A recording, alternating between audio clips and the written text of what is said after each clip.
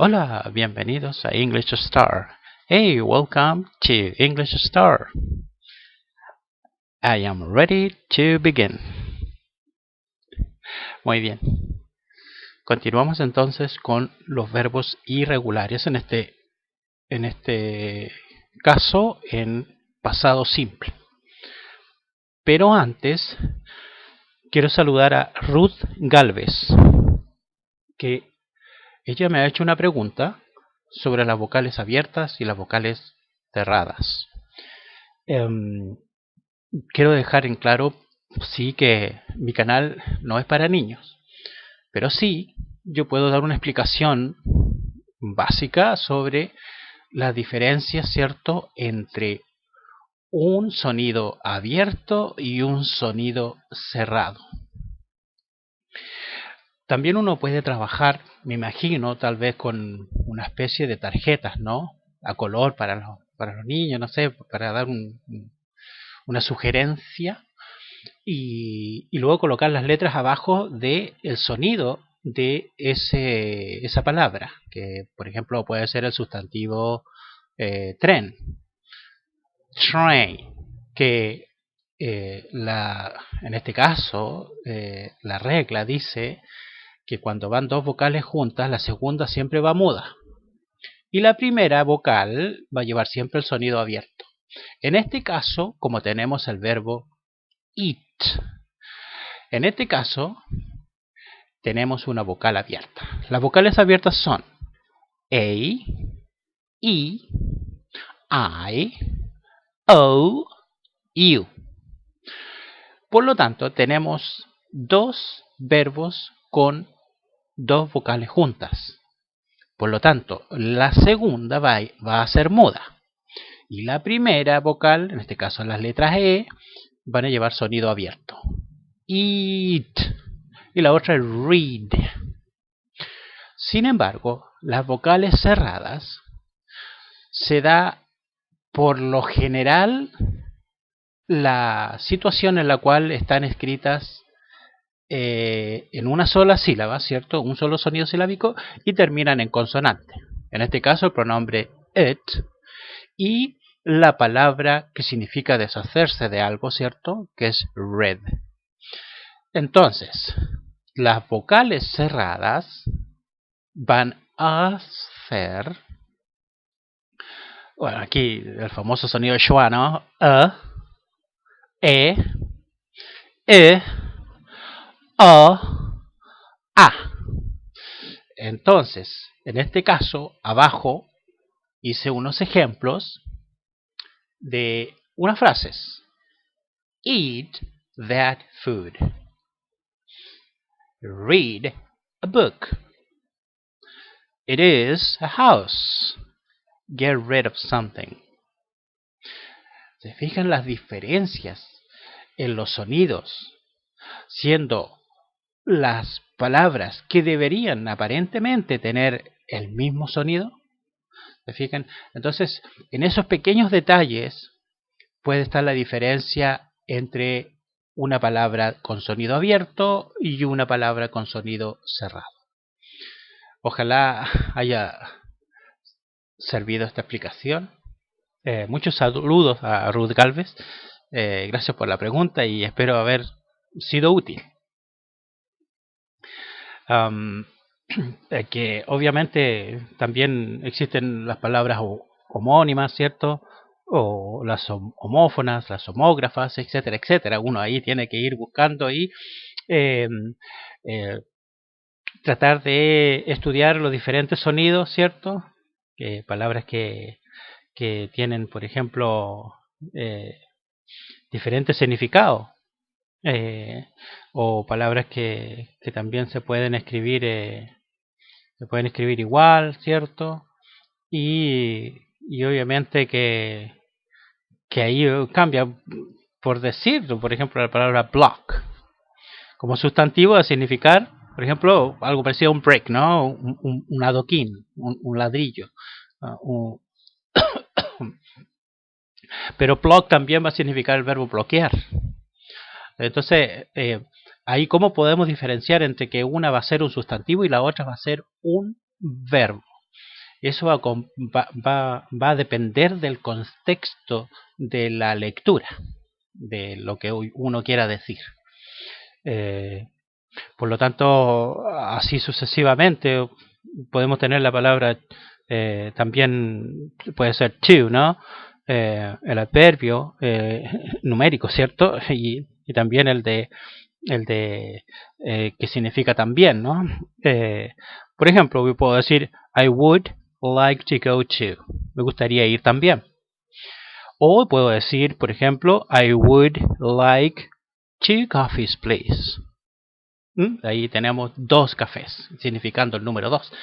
Entonces, depende del contexto, de lo que uno vaya a querer decir, es la mejor ubicación que le puede colocar una palabra. Pero el caso de los niños, ¿cierto?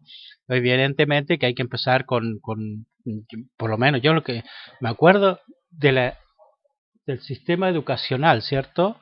De muchos lugares es que tienen que tener tarjetas con dibujos animados, ¿cierto? Con muchos colores para los niños, para que ellos puedan entender bien lo que significa una palabra de otra. Bien, continuamos entonces con los verbos irregulares en pasado simple. En este caso vamos a ver el verbo choose, ¿cierto? Que es elegir, que en pasado va a escribirse de esa manera que lo están viendo ahí y se va a pronunciar chose. El significado va a ser, primero, obviamente, en escoger. En este caso estaría en primera persona, pretérito perfecto, escogí. Pretérito imperfecto, escogía. O también va a significar, ¿cierto? Ese escoger, ¿no? Ahora elegir. Primero el significado escoger. Y ahora el significado de la palabra choose, que es elegir. Y en pasado chose, que se va a decir en pretérito perfecto, elegí. Y en pretérito imperfecto, elegía. Ahora, aquí hice un pequeño ejemplo, ¿cierto? Es algo muy simple. He chose to go. He chose to go. En este caso, ¿cierto? Él eligió ir.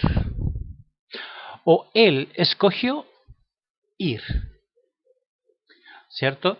En esta situación, evidentemente, debemos tener presente de que el pretérito más adecuado sería el pretérito perfecto.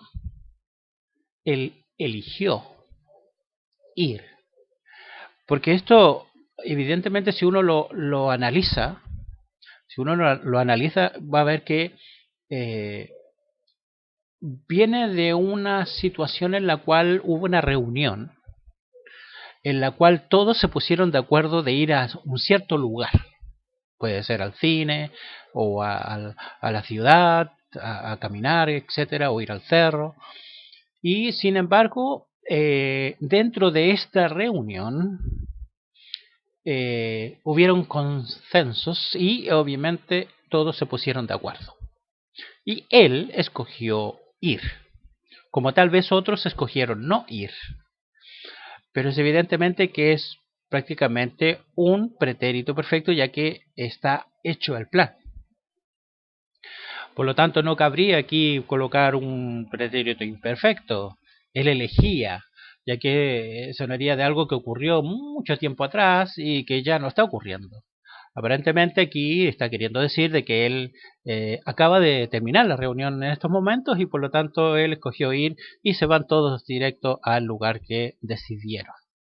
Es por eso que uno tiene que ver bien acá cuál pretérito es el más adecuado de acuerdo a lo que uno quiera decir o de la situación a la cual está ocurriendo estos hechos. Evidentemente la complicación es más en español que en inglés. Como verán, lo fácil que es el inglés, que solamente me dedico a decir chose para decir un pretérito. Puede ser perfecto o un pretérito imperfecto. Por lo tanto, menos preocupación para el que está aprendiendo inglés. He chose to go. He chose to go. Go, go, go, go. He chose to go. Entonces, aquí vemos que ya tenemos gran parte de de este verbo irregular, ¿cierto? Que significa escoger o elegir, concluida. Ya sabemos lo que significa y cómo utilizarlo. Ahora, yo aquí evidentemente se me olvidó decir que este video va a ser un poco más largo para poder tener un espacio para dar una sugerencia a Ruth Galvez, ¿cierto? Mucha salud para ella y, y poder solucionar en parte lo que ella estaba preguntando. Obviamente este video va a durar aproximadamente unos 15 minutos y luego de comenzar con un pequeño y simple ejemplo de las vocales cerradas y las vocales abiertas, vamos a continuar con el verbo elegir. Hice 3 oraciones que no va a ser muy difícil ya, yo creo que ya están preparados todos para entender lo que dicen, pero la vamos a analizar de todas maneras. Vamos entonces con la primera. En este caso tenemos la oración She chose a seat facing the door. Ella eligió un asiento frente a la puerta. O el asiento, ¿no? El asiento frente a la puerta. Ella eligió el asiento frente a la puerta. Es decir, es cuando algunas personas, ¿cierto? Se suben a un bus o incluso en el avión, ¿no? Se van corriendo y prefieren todos la ventanilla, ¿no? Nadie quiere sentarse al centro. Todos quieren ir mirando por la ventanilla de un bus. Por lo tanto, she chose a seat facing the door. Ella eligió un asiento frente a la puerta. En este caso, a un lugar, ¿cierto? Tal vez una oficina o una habitación donde estuviera frente a la puerta. La segunda oración, que en este caso es Harry, says he has no idea why the selectors chose him as the team's captain in the first place.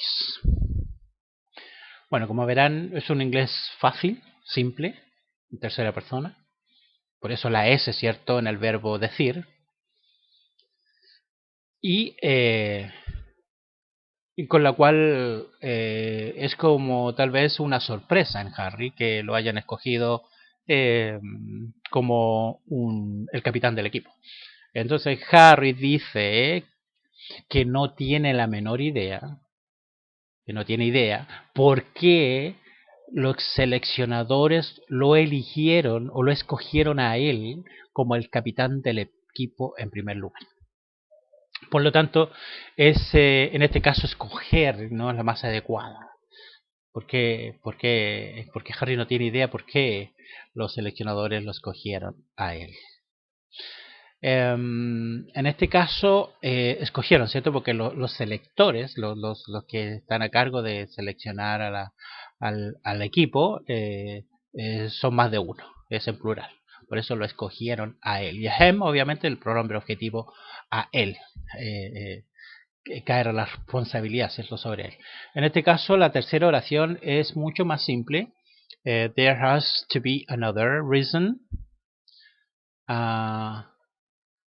There has to be another reason you chose me.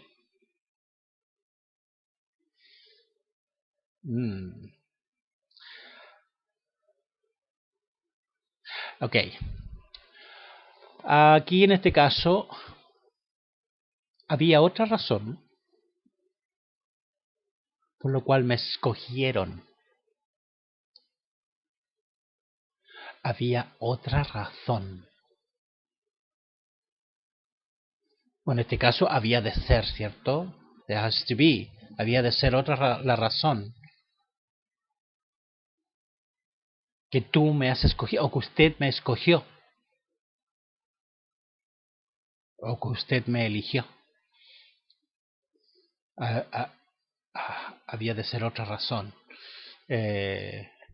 Entonces, en este caso, ¿cierto? Obviamente aquí también tenemos el me como un pronombre objetivo y que lo escogieron en este caso a mí, ¿no? Muy bien, muchas gracias por ver los videos. Lo más importante es estudiar los verbos, ¿cierto? De 5 en cada uno. Y gracias a los que están suscritos.